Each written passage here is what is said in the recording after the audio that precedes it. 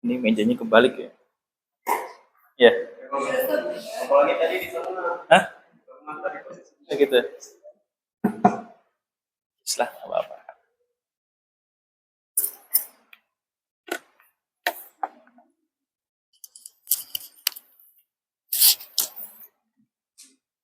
Bismillahirrahmanirrahim. Assalamualaikum warahmatullahi wabarakatuh. Alhamdulillahi rabbil alamin. Wassalatu wassalamu ala asyrafil anbiya'i wal mursalin sayyidina wa maulana nabiyyina Muhammadin wa ala alihi wa sahbihi ajma'in. Amma ba'du. Bismillahirrahmanirrahim. Qalu subhanaka la ilma lana illa ma 'allamtana innaka antal alimul hakim. Shadaqallahul azim. Kita awali dengan membaca basmalah. Hasbunallahu wa ni'mal wakil, ni'mal maula wa ni'mal nasir.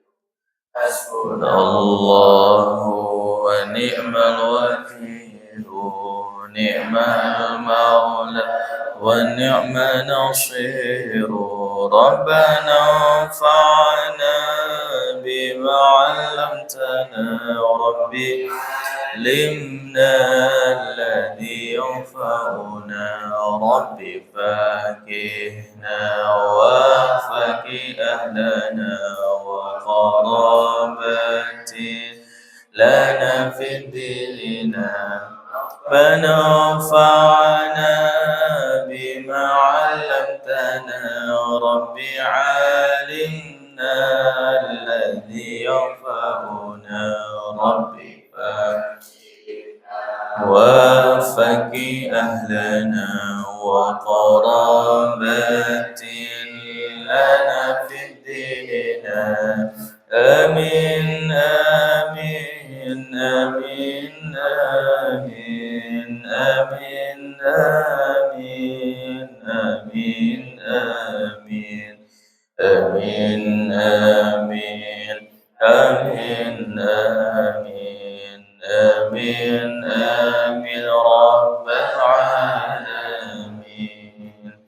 قال محمد هو ابن مالك أحمد ربنا خير مالك مصليا على النبي المصطفى وآله المستكملين شرفا وأستعين الله في ألفية مقاصد بها مهوية تقرب الأقصى بلفظ مجزي وتمسك البدل بواد مجزي وتقتدي رضا بغير صوت فائقة الألفية تبني موطي وهو بسبك ديلا مستوجب سنائي الجميلة والله يقضي بات وفراد وله في درجة الآخرة كلامنا لفظ مفيد كاستكم واسم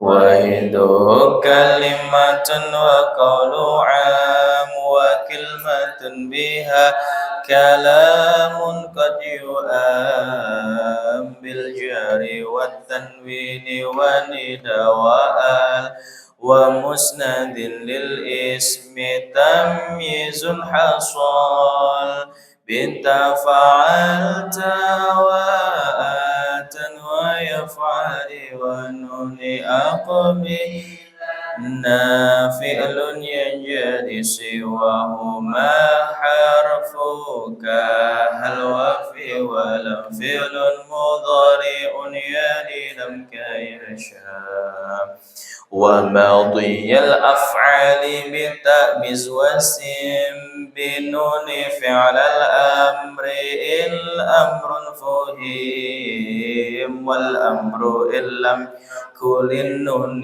محل فيه هو اسم النحو وحياها والاسم منه معرب ومبني لشبه من حروف مدن كشبه الوضعي في اسم اجتنى والمعنوي في متى وفي هنا وكنيابة عن الفعل بلا تأثر وكافتقار عصلا ومعرب الأسماء قد يسلم من شبه الحرف كأرض والسماء وفعل أمر ومضي بني وأعرب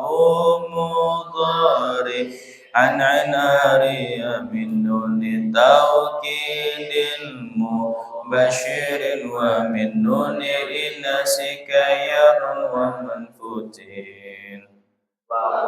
حرف مستحق للبناء والأصل في مبني أي السكن ومنه ذو فتح وذو كسر وضاء كأين أمس حيث والسكن كم ورفع والنسب جعالا إعرابا للاسم وفعل ولا أهاب والاسم قد خصص بالجار كما قد خصص الفعل بأي جزيما فرفع بضم وانسبا فتحا وجور كسرا كذكر الله عبده يسور وجزم بالتسكين وغير ما ذكر ينوب نحو جاء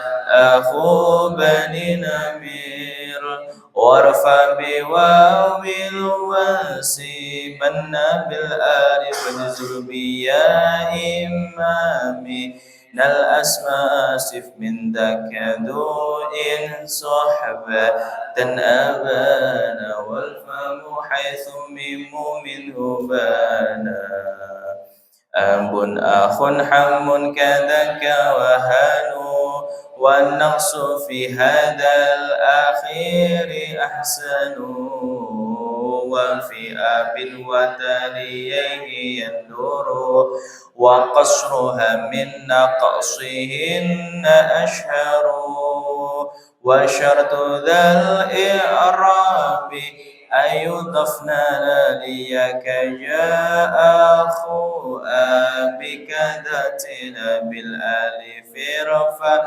المثنى وكيدا إذا بمضمر مضافا مسيدا كلتا كذاك اثنان واثنتان كابنين وابنتين يجريان وتخلف الياء في جميعها الألف جارا ونسبا بعد فتح قد أولف وارفع بواو وبيجزر وانسب سليم جمع عامر ومذنب وشبه ذين وبه عشرون وبابه ألحق أهلنا أولو وعلمون عليون وأرادوا الشذا والسنون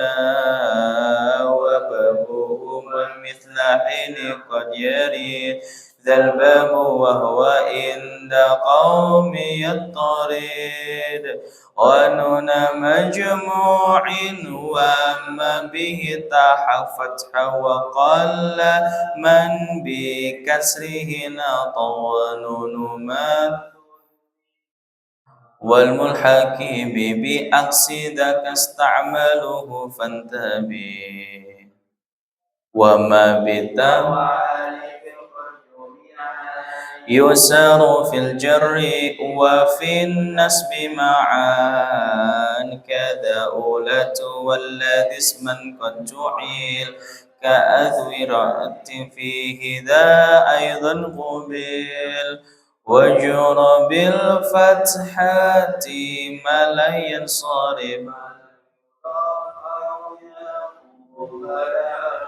واجعل لنهوي يفعلن النون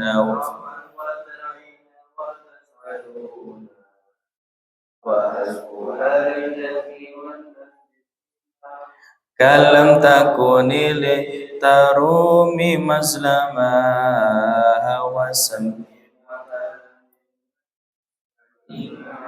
كالمصطفى والمرتقي مقدما فالأول الإعراب في قدرة جميعه والذي قد كسر والثاني مقص ونسبه ظهر ورفعه وكذا أيضا يجار وأي فعل آخر منه ألف أو واو أو ياء فمعتلا عرف فالألف فيه غير الجسم وأبد نسب ما كيدعو يرمي ورفع فيه منوي واحذف جريم ثلاثهن ذي حكما لزم نكرة قابل المؤثر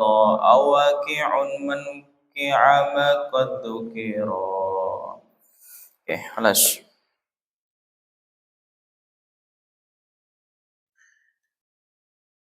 Ya, silakan dibuka Fathul Qoribnya. Sudah dapat semua? Ada yang belum? Siapa yang belum?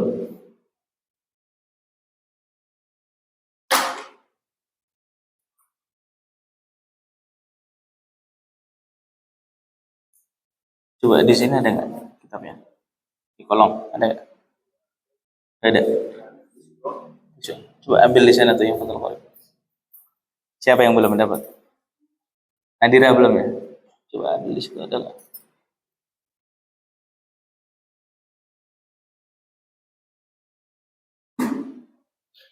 Misbah, surat yang kayak itu tuh bener ya?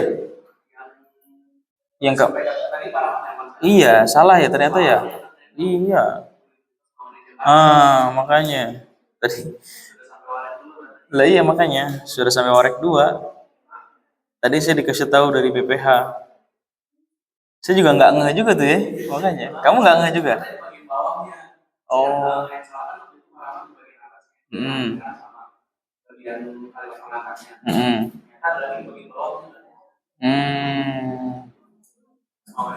Ya, iya makanya. Walah. Iya makanya. Ya wis lah. Ya alhamdulillahnya terkoreksi kan. Ya. Ada? Udah? Udah? Mana? Oke, baik.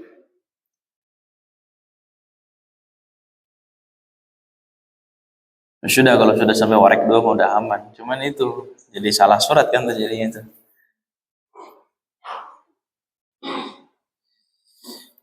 Baik, kemarin saya sudah menyampaikan al-madkhal pengantar mazhab Syafi'i secara singkat. Terakhir saya sampaikan sampai mana tuh? Terakhir sampai mana?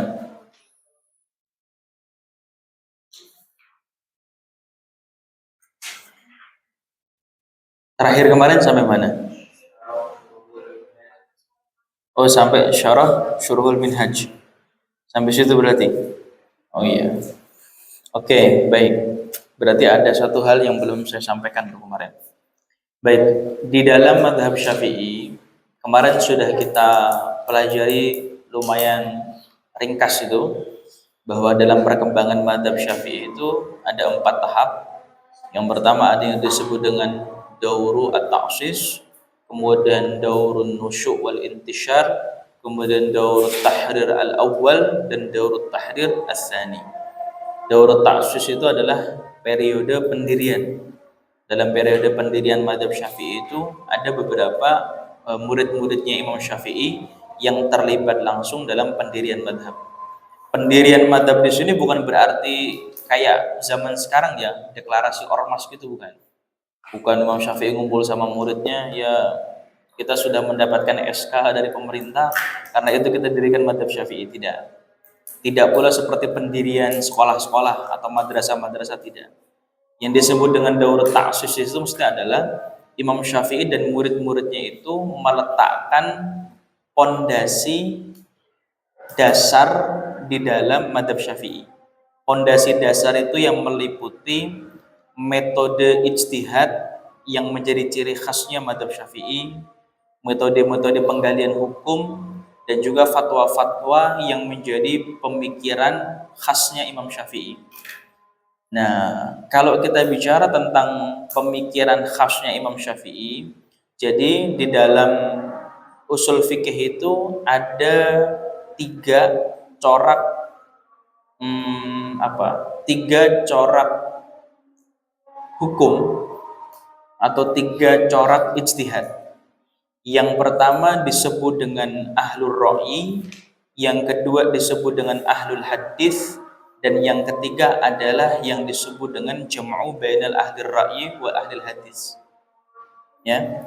Jadi kalau kita bicara tentang corak ijtihad, ya, itu ada tiga tuh. Yang pertama yang disebut dengan ahlul ra'i,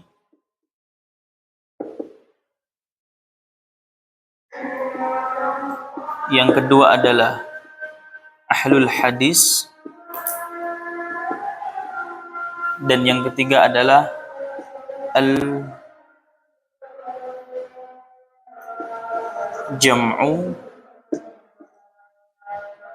bainahuma. Maksudnya adalah menggabungkan kedua metode tersebut. Ya, metode. Corak metode ijtihad.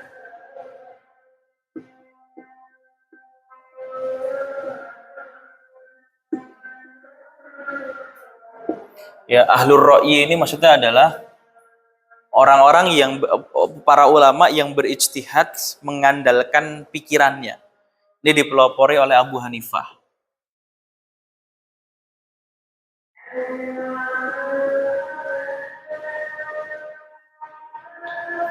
Yang ahlul hadis ini dipelopori oleh Malik bin Anas. Al-jam'u bainahuma ini adalah Muhammad bin Idris Asy-Syafi'i. Ya.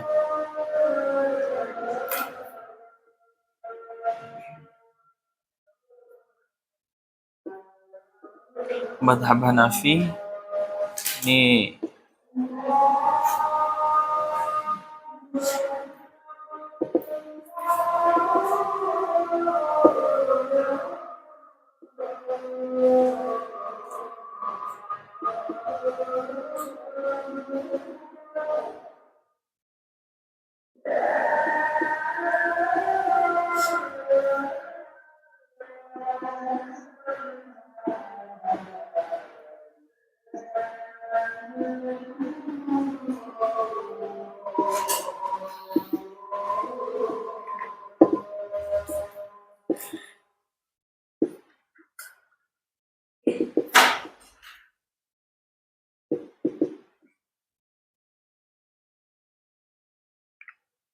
oke.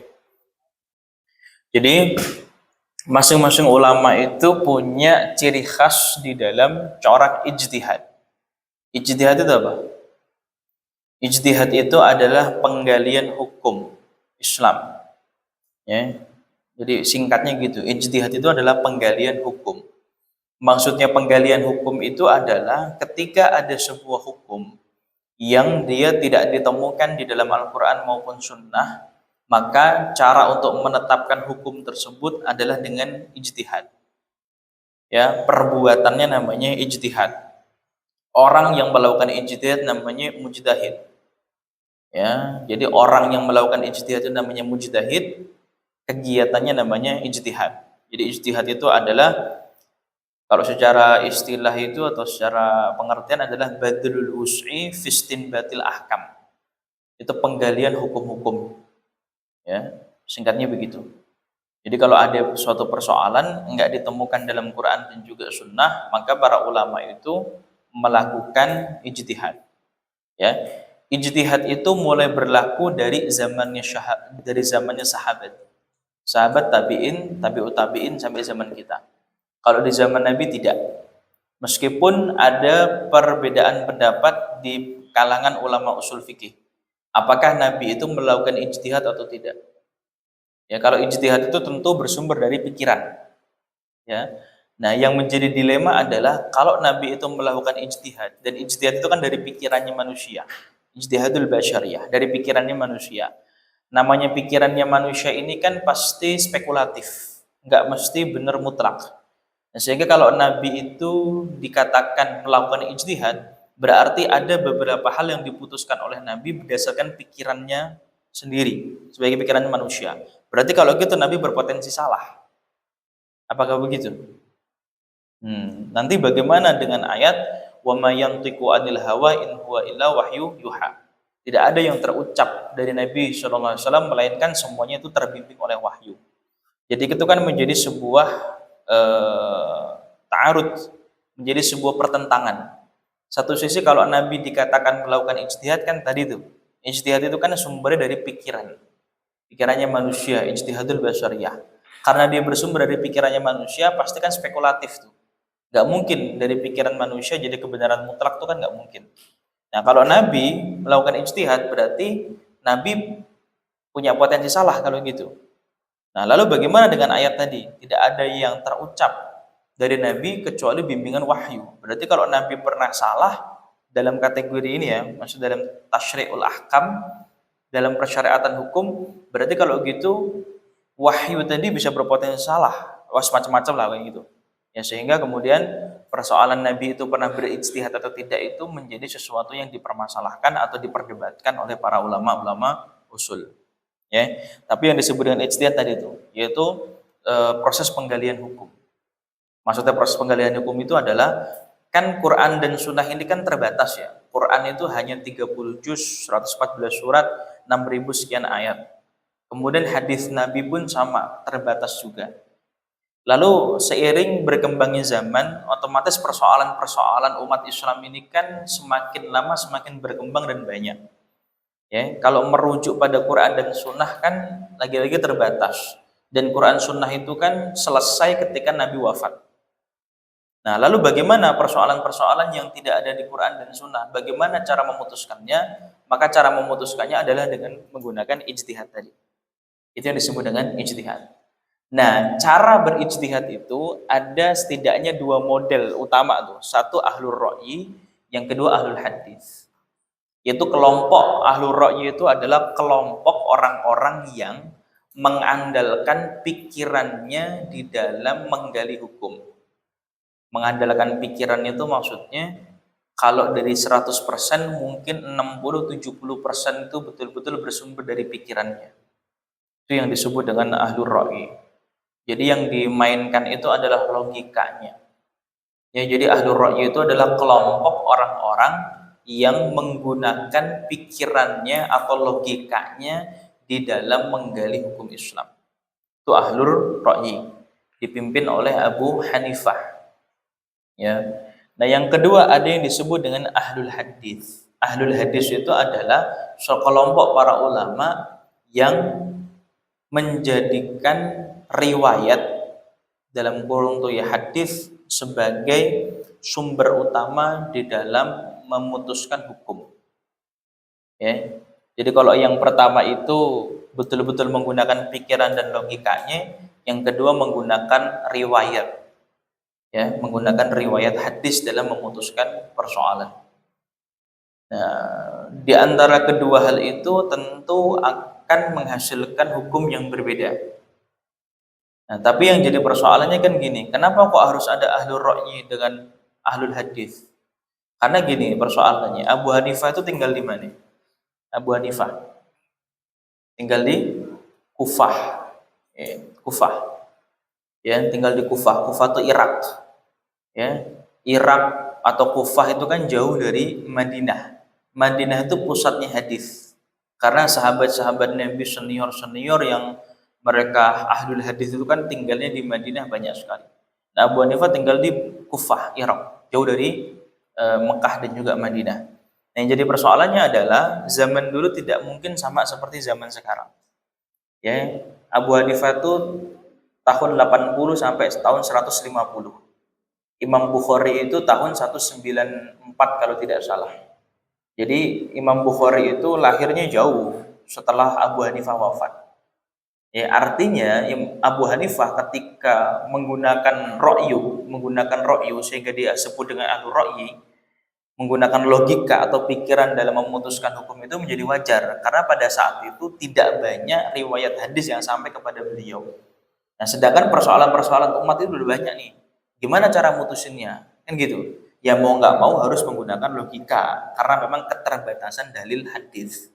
Tapi bukan berarti logika bebas, tidak. Bukan berarti misalnya gini, ada orang nanya, wahai Abu Hanifah, saya punya permasalahan kada wa kada. Terus kata Abu Hanifah, ya udah, berarti gini solusinya. Udah langsung begitu aja. Kalau nggak begitu, wah ini haram. Ini nggak boleh. Ya, nggak begitu. Tapi ada proses di situ. Ini ada proses. Prosesnya bagaimana? Bisa jadi melihat pada keumuman lafaz dalam Quran maupun dalam hadis yang sampai kepada beliau. Melihat keumuman lafaz misalnya. Misalnya dalam persoalan apa misalnya? Rokok lah misalnya. Rokok itu kan tidak ada dalam Quran dan Sunnah. Tapi kenapa kemudian rokok bisa dihukumi haram ataupun makruh? Karena melihat pada keumuman-keumuman yang ada dalam Quran maupun hadis. Misalnya gini, dalam hadis Rasulullah SAW bersabda, la dororo walatiror. Jangan kamu mencelakai dirimu atau mencelakai orang lain. Nah, mencelakai di sini kan maknanya umum nih, apa saja kan? Nah, sehingga keumuman hadis itu dijadikan landasan untuk memakruhkan ataupun mengharamkan rokok, kan gitu misalnya. Ya, jadi para ulama ahlur ra'yi itu ngambil keumuman ayat Quran maupun hadis untuk memutuskan sebuah hukum. Ya, jadi yang diambil itu keumumannya. Ya, karena memang tidak ada dalil yang spesifik berkaitan dengan persoalan itu. Nah, kan gitu. Jadi yang diambil adalah keumumannya. Sehingga wajar sekali kalau kemudian beberapa hukum yang diputuskan dalam madhab Hanafi itu sering sekali bertabrakan dengan hukum-hukum yang ada dalam madhab yang lainnya. Contohnya yang paling kontroversial adalah Abu Hanifah itu menetapkan bahwa yang namanya perempuan, apalagi janda, itu boleh ketika menikah tanpa wali. Itu hukumnya boleh. Ya, karena beliau memahami hadis Nabi la nikaha illa biwaliyin itu bukan sebagai syarat sah, tapi sebagai syarat sempurna. Artinya syarat sah sama syarat sempurna kan beda kan? Kalau syarat sah itu berarti lawannya batal. Sah kan lawannya batal. Kalau sempurna itu kan bukan persoalan sah dan batal, tapi persoalan apa? Utama atau tidak utama saja kan? Nah, ketika Abu Hanifah mengatakan perempuan itu boleh nikah tanpa wali, itu maknanya adalah wali itu menjadi syarat sempurna dalam pernikahan. Sehingga kalau orang nganut madhab Hanafi, kemudian nikah tanpa wali boleh-boleh saja. Itu kan dikritik keras tuh oleh ulama-ulama selanjutnya, apalagi pengikut-pengikutnya madhab Maliki. Ya, oh iya, bahwa kata ulama-ulamanya madhab Maliki mengatakan bahwa itu adalah sebuah analogi atau kias yang ma'al farik lah, kias yang cacat seperti itu karena ditemukan riwayat-riwayat di mana Nabi itu mewajibkan adanya wali bagi perempuan dalam pernikahan segala macam. Tapi kan secara logika kan wajar ya. Wajarnya apa? Madinah tuh di sini. Ya, Saudi Madinah tuh di sini. Irak itu kan jauh. Perjalanannya jauh. Nggak seperti sekarang kan? Iya, perjalanannya jauh. Jadi intensitas hadis yang sampai kepada Abu Hanifah ini sangat sedikit sekali. Sedangkan persoalan-persoalan hukum yang beliau putuskan kan banyak sekali. Maka bagaimana caranya? Yang tadi saya katakan, melihat pada keumuman-keumuman lafaz dalam Quran maupun hadis. Sehingga muncullah kemudian dalam sumber hukum itu yang disebut dengan kias. Kias itu apa? Analogi hukum. Ya. Maka muncul yang nanti yang disebut dengan kias, yaitu analogi hukum. Ya, jadi hukum itu dianalogikan. Aslunnya apa, ilatnya apa, far'unnya apa, kan gitu. Hukum asalnya apa? Misalnya gini. Dulu yang diharamkan sama Nabi kan khamr. Kayak misalnya gini. Ini aslun. Aslun itu berarti hukum asal. Hukum asal khamr. Misalnya persoalan khamr. Khamrun. Hukum asal khamr itu apa? Haram kan? Haram. Oke. Ilatnya, alasan keharamannya apa? Ya, mabuk kan? Oke, mabuk. As-sakr. Mabuk. Oke, far'unnya, hukum cabangnya, berarti segala sesuatu yang memabukkan dihukumi haram. Sehingga sekarang yang memabukkan kan nggak cuma khamr, tapi sekarang jenisnya macam-macam kan? Ada apa? Kalau yang lokal, ada ciu, tua, arak, apa? Hah? Apa? Ya? Apal kamu? Hah? Apal kamu? Ya, dan macam-macam kan gitu. Ya, sehingga kemudian memabukkan menjadi haram. Karena melihat pada ilatul hukumnya, yaitu memabukkan. Nah, ini yang disebut dengan analogi hukum tuh. Aslun, ilat, dan juga far'unnya. Oke. Nah, proses yang seperti ini terjadi karena apa? Karena memang nggak banyak hadis yang riwayat hadis yang sampai kepada beliau. Oleh karena itu mau nggak mau untuk memutuskan hukum ya digunakan logika tadi. Ya. Nah, sehingga ketika Imam Malik itu membuat madrasatul ahlul hadis tadi, kemudian muncul murid-muridnya Imam Malik yang banyak hafal hadis tadi itu. Imam Malik kan punya kitab apa? Al-Muwatta kan kemarin. Ya, Muwatta itu jumlah hadisnya berapa? 1000 berapa? 1200 1720 hadis. Itu yang terbukukan dalam kitab Muwatta. Sedangkan Imam Malik sendiri itu menghimpun hadis sampai berapa? Kurang 10.000. Berapa? Imam Malik sendiri itu menghimpun hadis sampai berapa?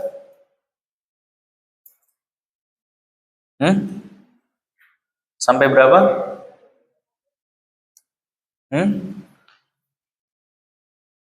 Sampai berapa? Imam Malik sendiri menghimpun hadis sampai berapa kemarin?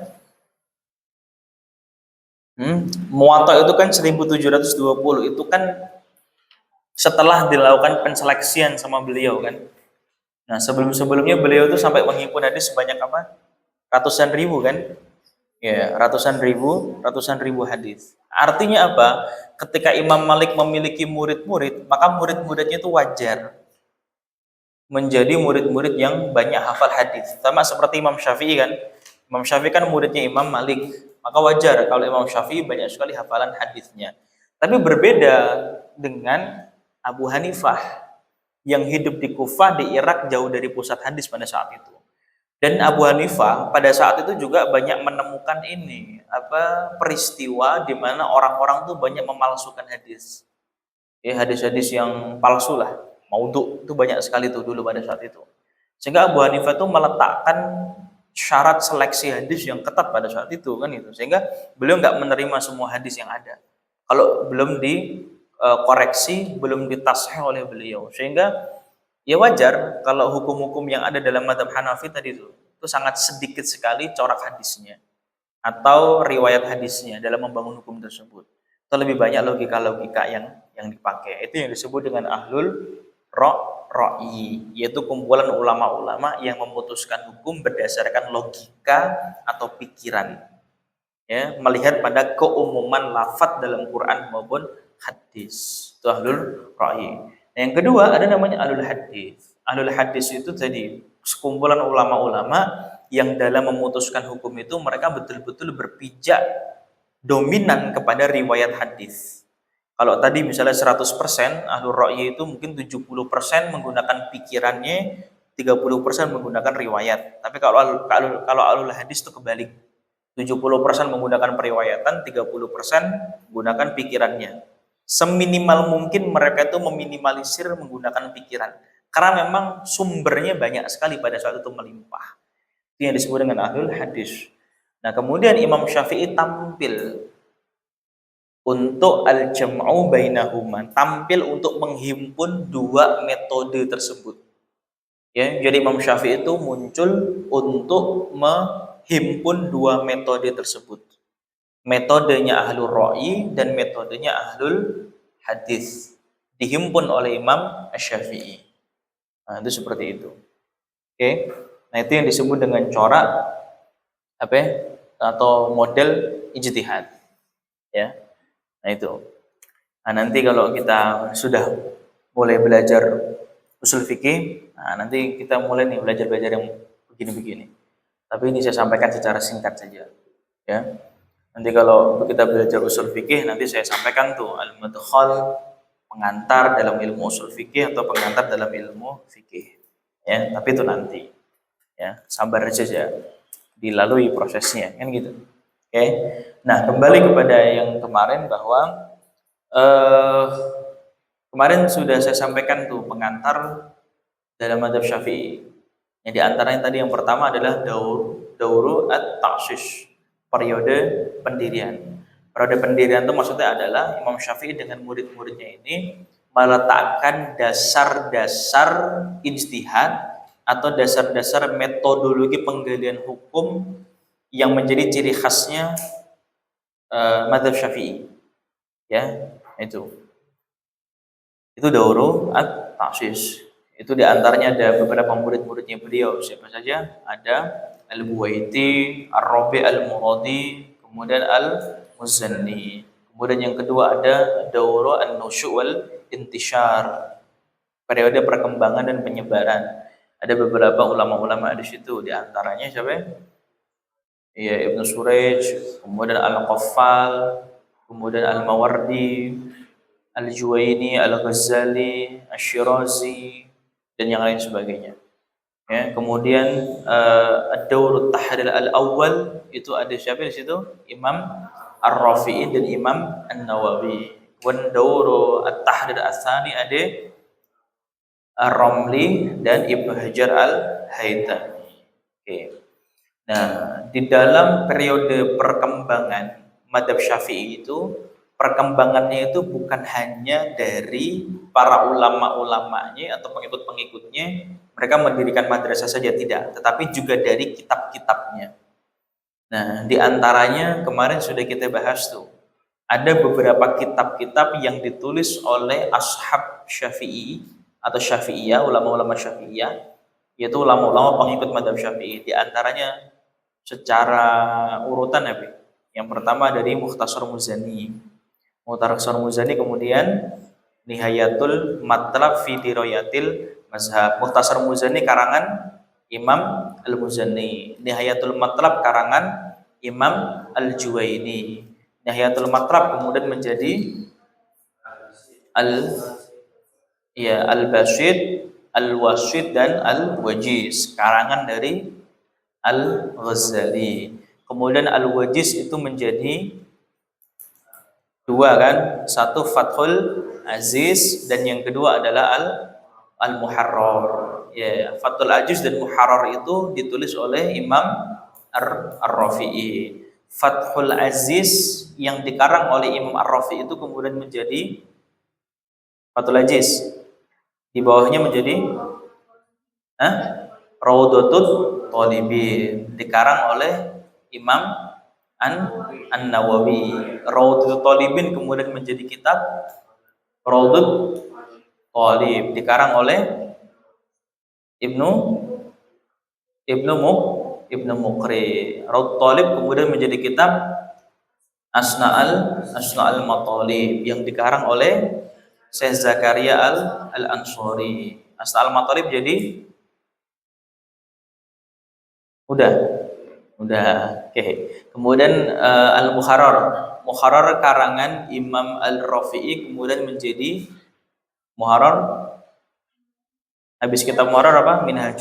Minhajut Talibin karangan Imam An-Nawawi. Minhajut Thalibin ini kemudian menjadi dua. Satu, syarah Minhajut Thalibin, yang kedua komentar dari kitab Minhajut Thalibin. Kalau dari jalur komentar kitab Minhajut Thalibin apa ya? Ada kitab apa ya? Manhajut Tulab, dikarang oleh Syekh Zakaria Al-Ansari. Kemudian Manhajut Tulab menjadi bukan.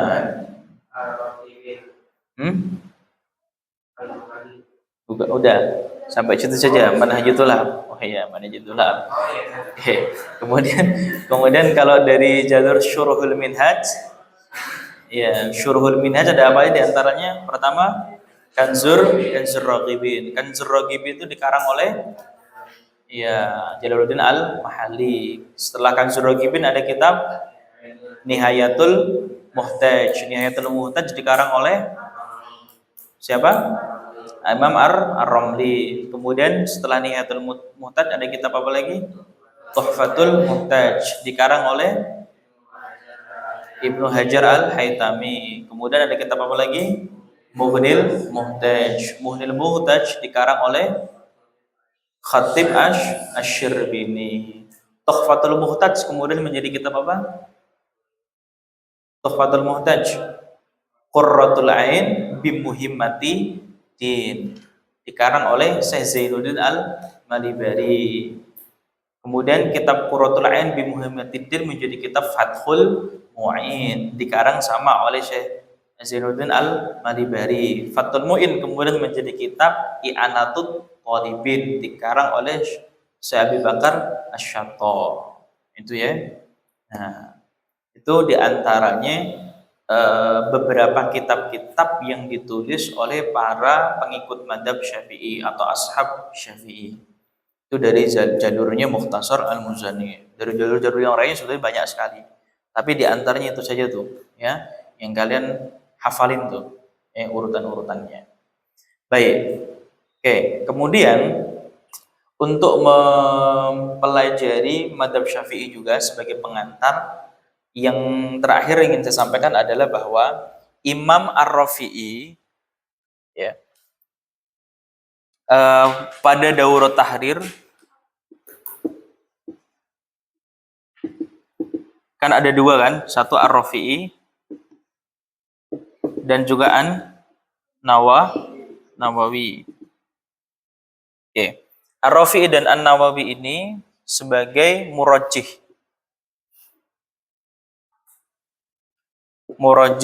mazhab Syafi'i. Oke. Sebagai murajjih mazhab Syafi'i, murajjih itu maksudnya adalah ulama-ulama yang melakukan penyeleksian terhadap fatwa-fatwa hukum dalam mazhab Syafi'i sebelum periodenya beliau. Oke. Sebelum periodenya Imam Rafi'i, Imam Nawawi itu berarti itu yang kemarin disebutin tuh ulama-ulamanya, di antaranya siapa itu? Ya Asy-Syirazi, Al-Ghazali, Al-Qaffal, kemudian Al-Mawardi, kemudian Ibnu Suraij dan yang lain sebagainya macam ke atas tuh Asy-Syirazi, ya, sampai kemudian Al-Buwaiti, Al-Muzanni, Ar-Rabi' sampai Imam Syafi'i. Nah, Imam Nawawi sama Imam Rafi'i itu memiliki kegiatan untuk melakukan penyeleksian di antara fatwa-fatwa mereka itu. Ya. Nah, sehingga kemudian Imam Nawawi sendiri itu mengeluarkan sebuah istilah-istilah di dalam tarjihnya atau yang disebut dengan istilahut tarjih inda Nawawi. Ini penghapusnya mana? Mana penghapusnya? Oh, itu tuh, hapusnya tuh.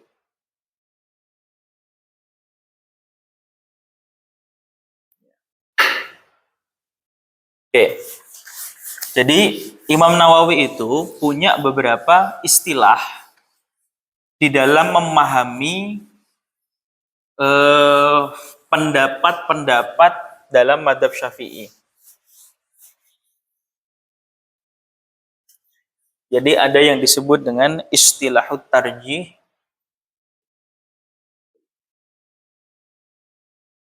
ya, istilahut tarjih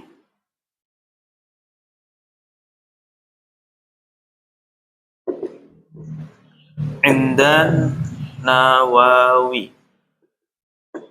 Ya. Istilahu tarjih inda Nawawi. Ada istilah tarjih menurut Imam Nawawi. Istilah tarjih ini maksudnya adalah beberapa istilah-istilah yang darinya kita bisa mengetahui pendapat tersebut sifatnya seperti apa, atau pendapat tersebut secara kekuatan itu bagaimana kedudukannya. Nah, dalam istilah tarjih inda Nawawi ini dibedakan menjadi dua hal. Yang pertama itu disebut dengan tarjihu al-aqwal, ya, tarjihul aqwal, dan yang kedua adalah tarjihul al-aujuh. Ya. Jadi ada dua istilah. Ada yang disebut dengan tarjihul aqwal dan juga tarjihul aujuh. Kalau tarjihul aqwal ini adalah ya pendapat Imam Syafi'i atau pendapat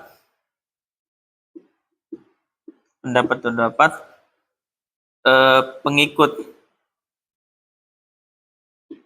Syafi'i sebelum periode tahrir. Oke. Sebelum periode tahrir berarti tahu ya. Sebelum periode tahrir itu siapa ya? Tadi ya. Saat Dawuro an-Nusyu wal Intishar itu ya. Ya, jadi kalau istilah tarjihul aqwal ini adalah ada dua. Satu pendapat-pendapatnya Imam Syafi'i, dan yang kedua adalah pendapat-pendapat pengikut Syafi'i sebelum periode tahrir. Berarti kalau disebutkan sebelum periode tahrir berarti periode apa? Periode an-nusyu' wal intishar kan? Perkembangan dan penyebaran.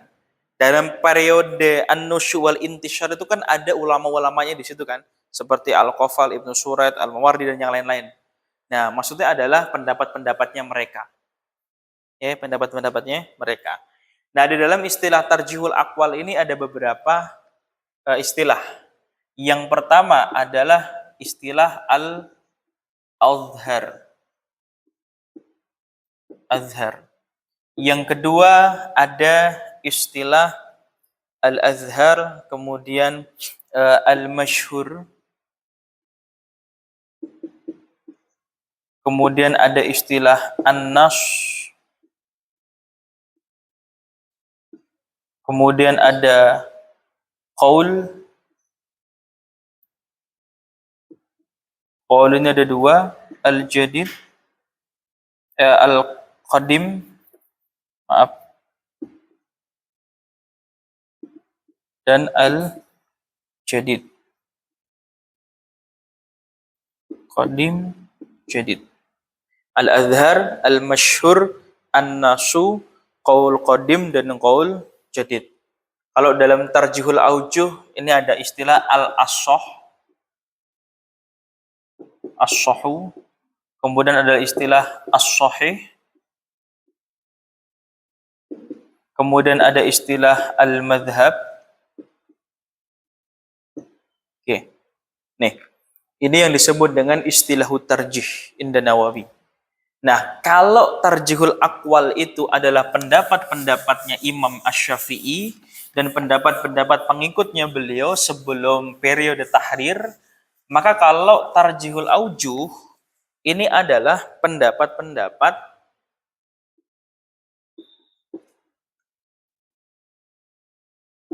pengikut mazhab Syafi'i secara umum. Dalam kurung tidak termasuk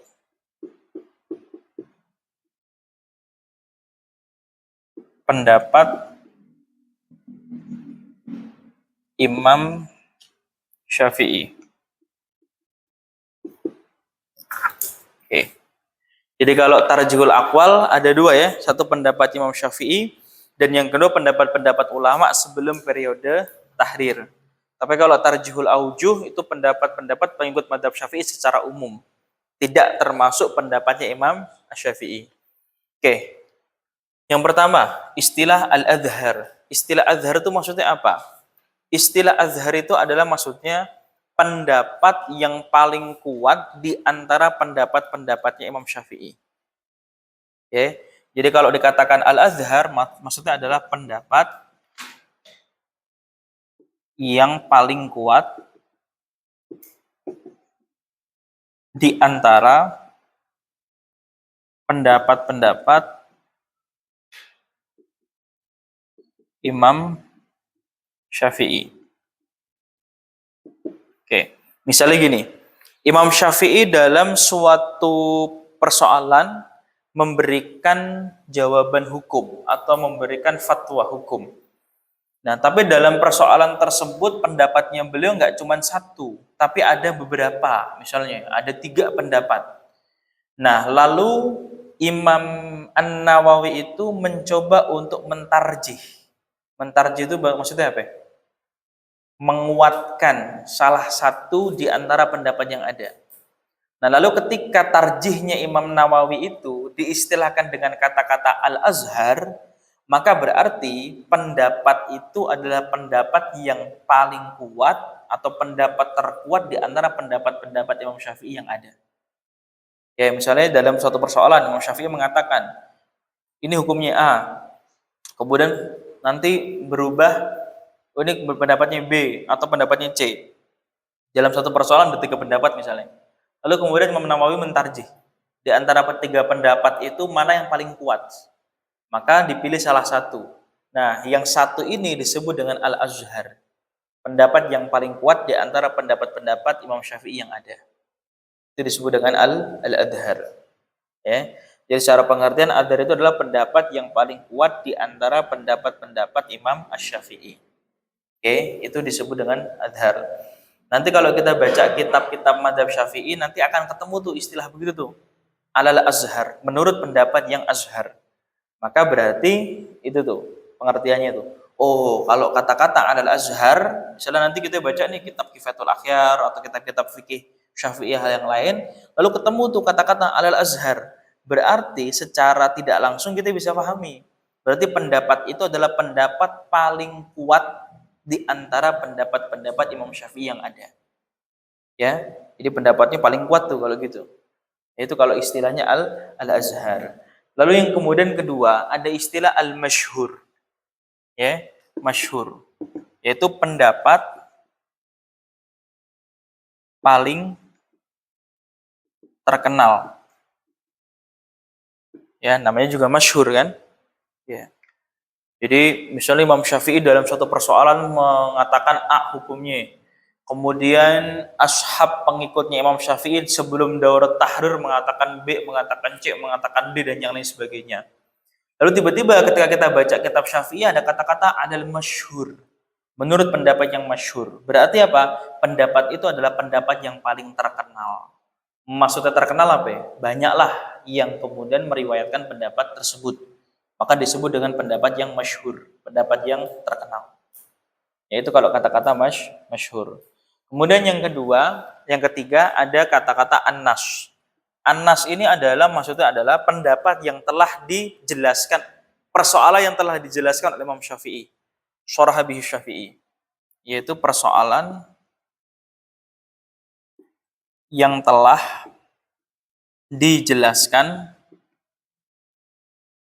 oleh Imam Syafi'i. Oke. Nah, di dalam masalah nas ini kata Imam Nawawi ada 2 hal. Kalau pendapat itu sudah dijelaskan oleh Imam Syafi'i, maka tidak perlu lagi diijtihadi. Ya, jadi kalau sudah jelas tidak perlu ijtihad. Ya, tapi kalau persoalan itu belum dijelaskan oleh Imam Syafi'i, maka boleh diijtihadi. Ya, itu namanya nanti disebut dengan mukharraj. Oke. Tuh. Nah, yang terakhir ada kata al-qaul. Qaul ini berarti pendapat. Ada qaul qadim, ada qaul jadid. Qaul qadim itu pendapatnya Imam Syafi'i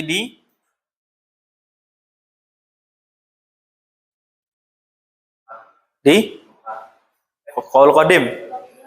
Di mana? Baghdad. Kalau qaul jadid pendapat Imam Syafi'i di Mesir. Di Baghdad tahun 100 berapa? Di Baghdad 195. Kalau di Mesir tahun 200 Hijrah. Oke.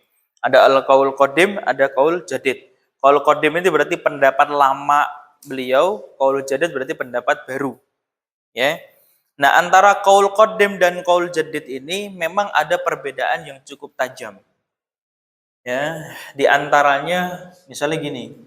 Di dalam masalah air mustakmal. Air mustakmal itu adalah air yang bekas bersuci kan, bekas toharoh. Kalau kita baca dalam kitab takrib, hukum air mustakmal itu apa?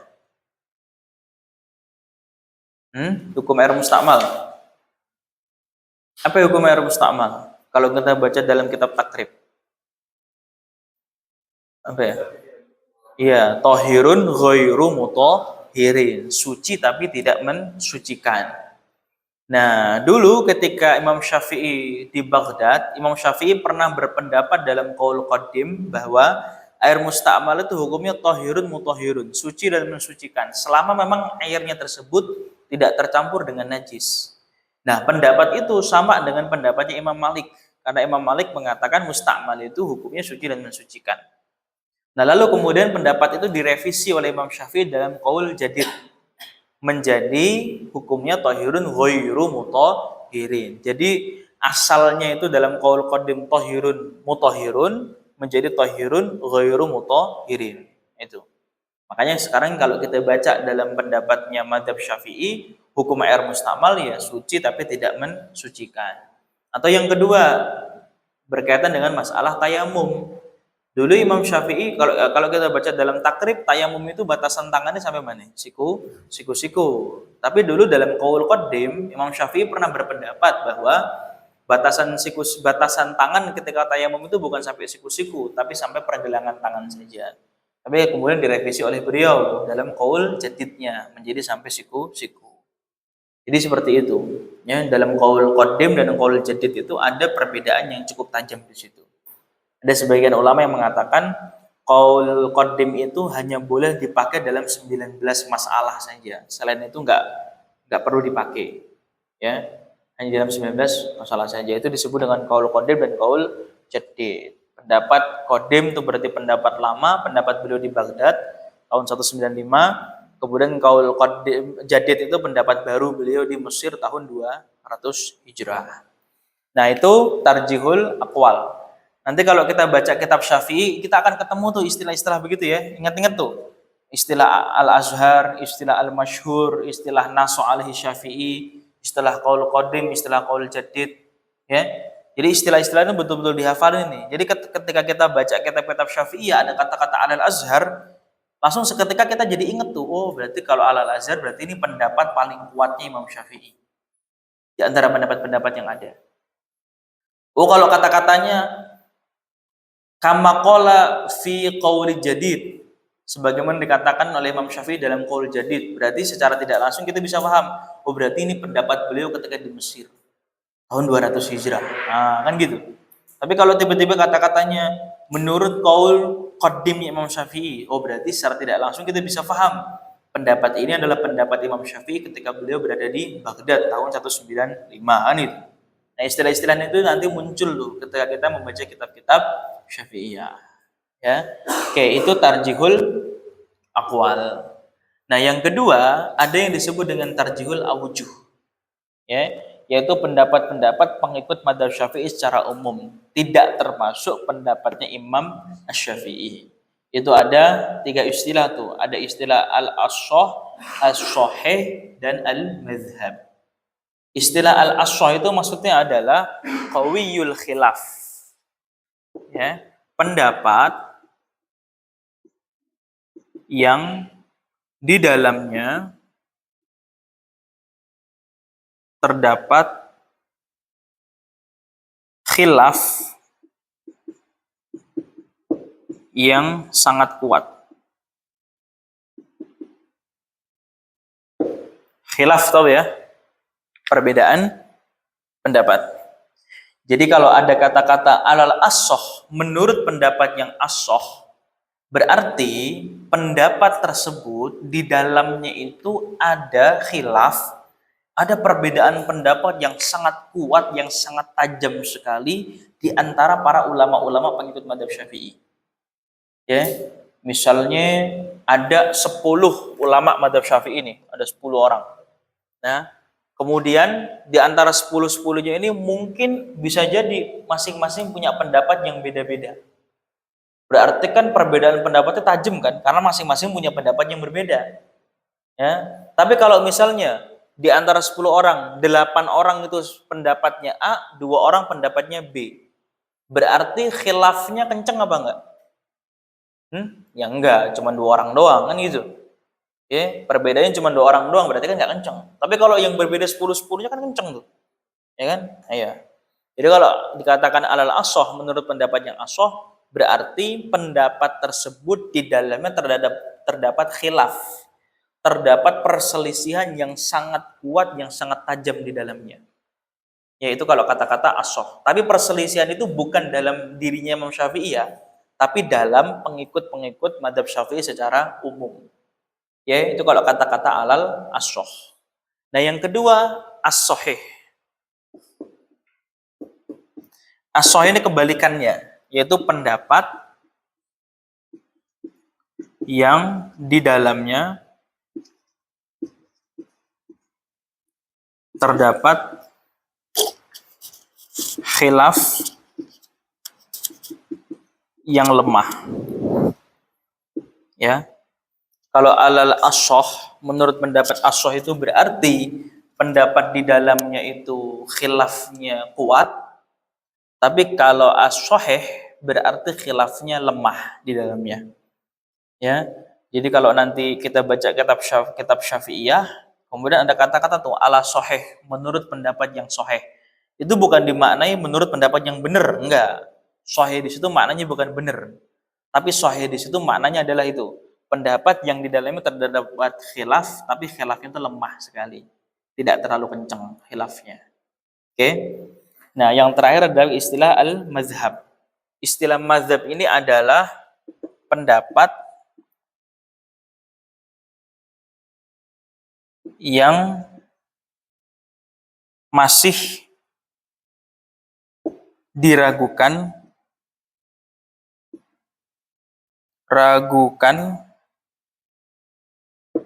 apakah bersumber dari Imam Syafi'i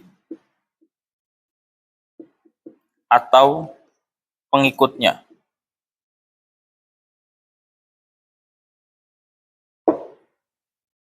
Baik dari satu jalur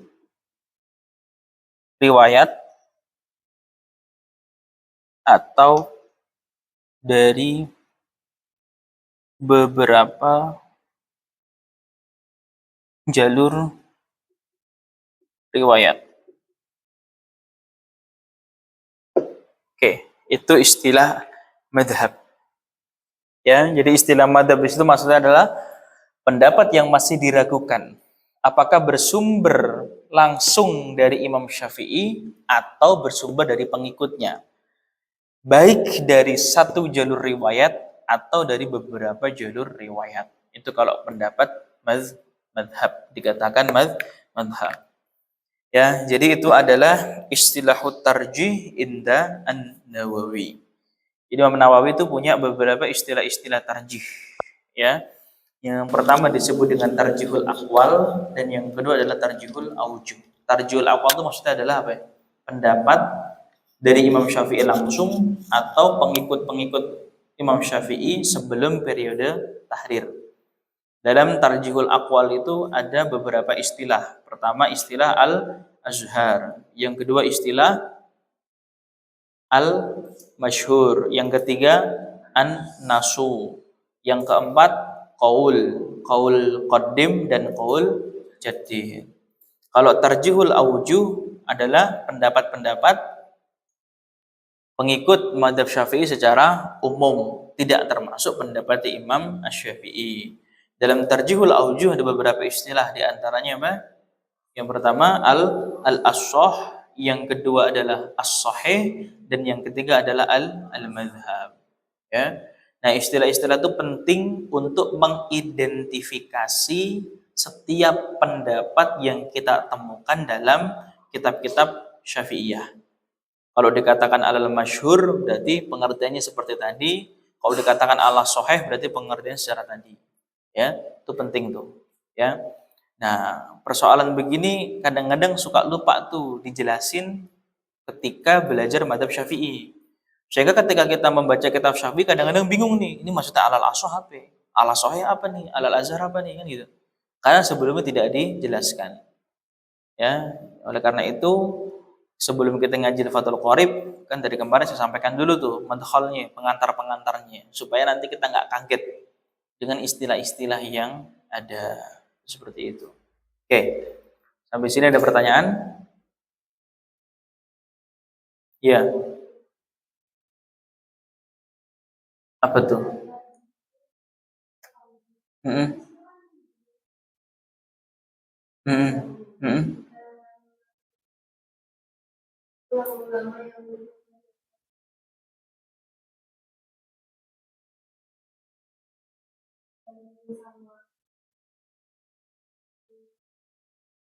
Mm-mm.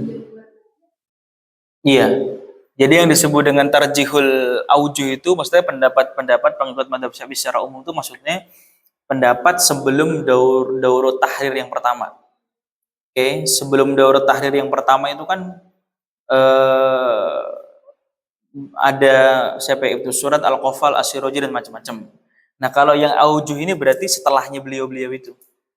Setelahnya beliau itu berarti kalau secara kitab berarti setelah Minhaj dan juga Muharrar. Minhajut Thalibin dan Muharrar. Itu kan berarti ada kitab apa aja tuh? Sebelum Muharrar sama Minhaj tuh. Ya, setelah Muharrar sama Minhaj tuh.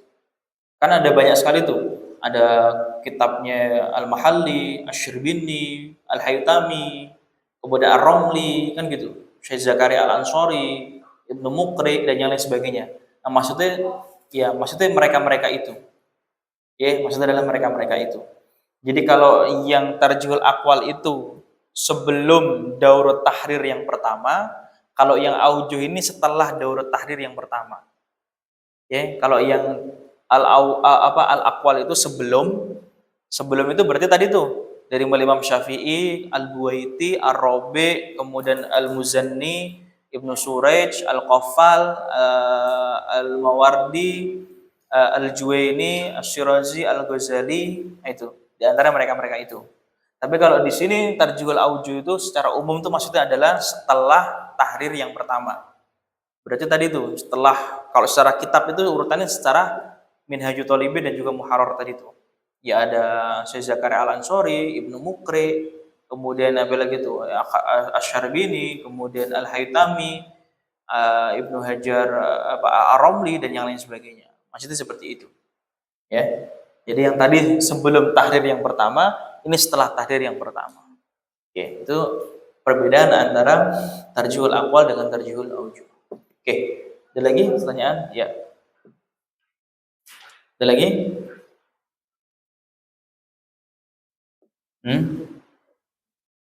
Ada?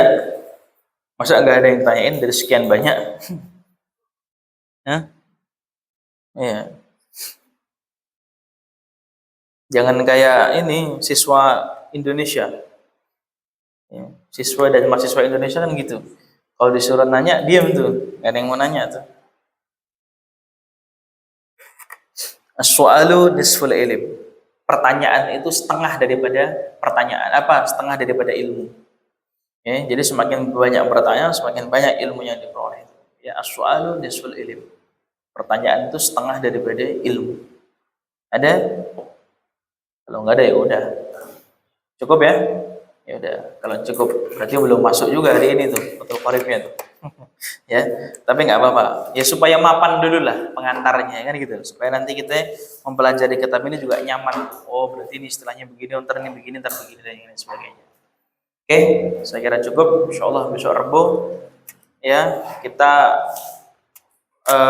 nahwu ya, jurumiyah sama sorof. Ya, itu kalau bisa rebunya jangan sampai absen lah ya, supaya apa ya bahasa Arabnya bisa tertelateni lah dengan bagus, dengan baik. Ya, rebu jangan sampai absen tuh ya, karena itu yang penting tuh ya jurumiyah sama sorofnya. Baik, kalau gitu kita tutup dengan baca hamdalah, alhamdulillahirabbil alamin. مولاي صل وسلم دائما أبدا على حبيبك خير الخلق كلهم هو الحبيب الذي ترجى شفاعته لكل هول من الدوال المقدمين يا ربي بالمصطفى بلغ مقاصدنا واغفر لنا ما مضى يا واسع الكرم سبحان ربك رب العزة عما يصفون والسلام على المرسلين والحمد لله رب العالمين. السلام عليكم ورحمة الله وبركاته.